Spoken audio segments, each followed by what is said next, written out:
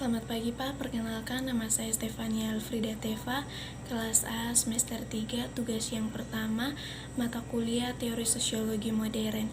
Dan pada kesempatan kali ini, saya akan mereview kembali materi dalam bentuk video buku yang pertama yang berjudul Contemporary Sociological Theory, atau yang dalam bahasa Indonesianya dapat kita terjemahkan sebagai pemahaman masyarakat dalam struktur teori sosiologi.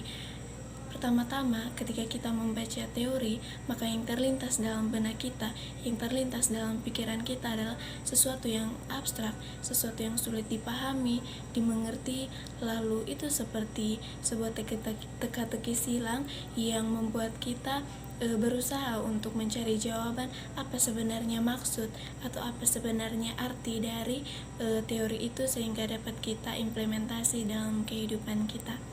Untuk itu, dalam buku ini lebih memudahkan kita tentang bagaimana cara untuk memahami teori sosiologi yang sebenarnya. Di dalam buku ini juga para ahli menyatakan berbagai asumsi atau hipotesis dugaan sementara, dan mereka akan dengan sangat sistematis membahas cara yang lebih komprehensif untuk menyatakan seberapa jauh teori-teori yang mereka jelaskan itu dapat dibuktikan secara nyata.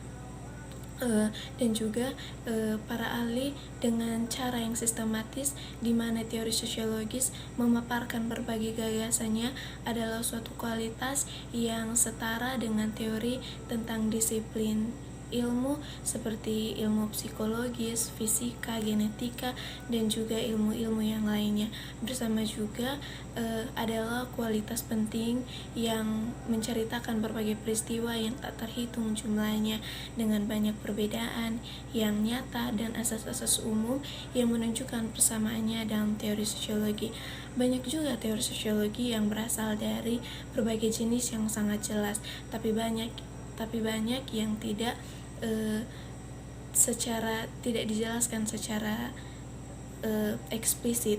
Maka dari itu Robert Merton, teori fungsionalisnya sendiri yang kita bahas belakangan, telah menekankan bahwa banyak dari apa yang dilukiskan dalam buku pelajaran sebagai teori sosiologi terdiri dari orientasi umum terhadap material yang khusus. Misalnya suatu teori mengemukakan sejumlah kecenderungan yang sangat umum tentang motivasi manusia. Hal itu menyiratkan bahwa beberapa jenis perilaku lebih cenderung daripada yang lain, dan dengan demikian memberi jawaban kepada pengamat untuk menangani suatu situasi yang dia hadapi. Konsep utama dari sebuah teori juga memungkinkan kita untuk melihat bagian-bagian dari teori sosial yang mungkin telah luput dari kita. Sebaliknya, konsep adalah langkah pertama yang paling penting dalam memahami dan menganalisis fenomena sosial. Di seluruh buku ini akan mendefinisikan konsep-konsep sentral dari setiap teori untuk memungkinkan pembaca dapat melihat berbagai aspek realitas sosial yang diungkapkan oleh setiap sudut pandang, dan demikian memiliki pemahaman yang lebih baik tentang masyarakat.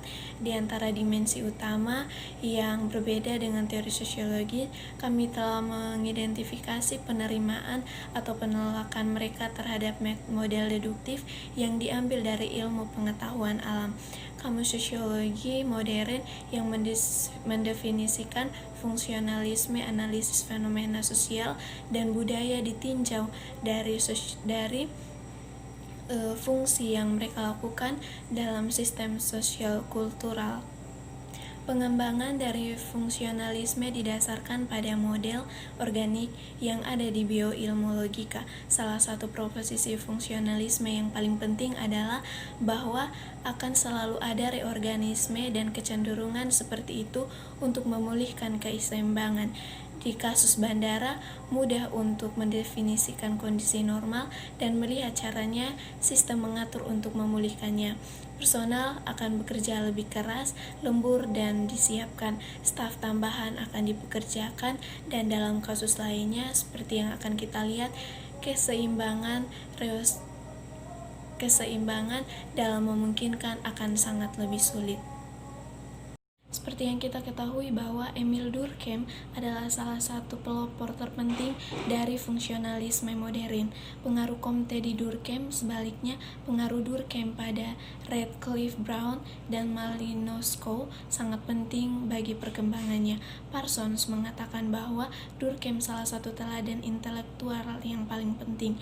Dengan gaya fungsionalis yang khas, Durkheim mendasarkan teorinya pada sosial kohesi atau solidaritas pada dua kebutuhan masyarakat tertentu, yaitu integrasi dan peraturan. Hipotesis utamanya adalah bahwa masyarakat bercirikan terlalu banyak atau terlalu sedikit integrasi atau regulasi akan menyebabkan angka bunuh diri yang terlalu tinggi. Seperti yang kita ketahui juga bahwa ada tiga kasus bunuh diri yang dikemukakan oleh Emil Durkheim, yaitu yang pertama, rendahnya solidaritas atau yang biasa kita sebut dengan bunuh diri egoistik, dan tingginya solidaritas atau altruistik, dan juga yang ketiga adalah ketatnya aturan atau fatalistik. Teori konflik juga menekankan pada sudut pandang dari suku proposit dan kelompok bertindak untuk mengamankan tujuan dari mereka. Hal yang sama berlaku untuk para ahli teori pilihan rasional atau yang masuk akal. Sebaliknya, para pefungsionalis lebih tertarik untuk mengidentifikasi dan menggambarkan nilai dan norma umum masyarakat atau kelompok, dan dalam menganalisis peran yang dimainkan dalam peristiwa, mereka memperlakukan peristiwa sebagaimana yang telah dianalisis. Namun, ini adalah perspektif mikrososiologis dan interaksionisme simbolis dan fenomenologi yang paling menekankan tindakan manusia, dan asumsi mereka tentang sifat manusia secara fundamental sangat berbeda. Semua ilmu sosial dan juga ilmu biologi berbeda dengan ilmu alam seperti geologi dan atau fisika karena berhubungan dengan perilaku yang bertujuan. Para fungsionalis berasumsi bahwa lebih atau kurang secara eksplisit bahwa motif dan perilaku orang adalah fungsi dari nilai-nilai sosial yang mereka tanamkan. Dengan kata lain, tujuan dasar dari orang-orang dibentuk dari kelahirannya menjadi suatu masyarakat. Mereka tidak akan ada secara independen. Max Weber menganalisis cara orang bermanuver dalam mengejar keuntungan baik dari segi nilai dan keadaan tertentu serta kategori sosiologis yang lebih umum. Dia merumuskan tipe ideal dengan mengabstraksi dari konteks sejarah yang berbeda elemen esensial dari konsep umum. Contoh kehidupan nyata tidak perlu benar-benar sesuai dengan tipe ideal yang disesuaikan. Misalnya, tidak mungkin menemukan contoh birokrasi yang sesuai dengan model Weber. Teori konflik bagian dari teori dan kritik masyarakat. Bagian ini mencakup teori konflik Marx dan sosiologi modern Marxisme, Habermas, dan analisis sekolah Frankfurt yang telah dilihat. Secara umum, kami menyebutkan mereka sebagai teori kritis karena mereka semua menggunakan ilmu sosial untuk mengkritik masyarakat, khususnya kelas penguasa atau elit kekuasaan yang sering disebut dengan kemapanan. Namun, teori kritis juga digunakan secara lebih sempit untuk merujuk pada karya Mazhab Frankfurt. Teori konflik kritis percaya bahwa analisis sosial seharusnya tidak memisahkan pekerjaan mereka dari komitmen moral mereka, dan mereka melihat teori mereka sebagai kekuatan untuk perubahan dan kemajuan. Pengantar sosiologi tularisme dan postmodernisme pada bab ini membahas beberapa perkembangan teoritis yang jatuh di luar dominan tradisi sosial. Meskipun demikian, masing-masing memberikan pengaruh yang cukup besar terhadap sosiologi secara empiris dan karya para teoritis lainnya.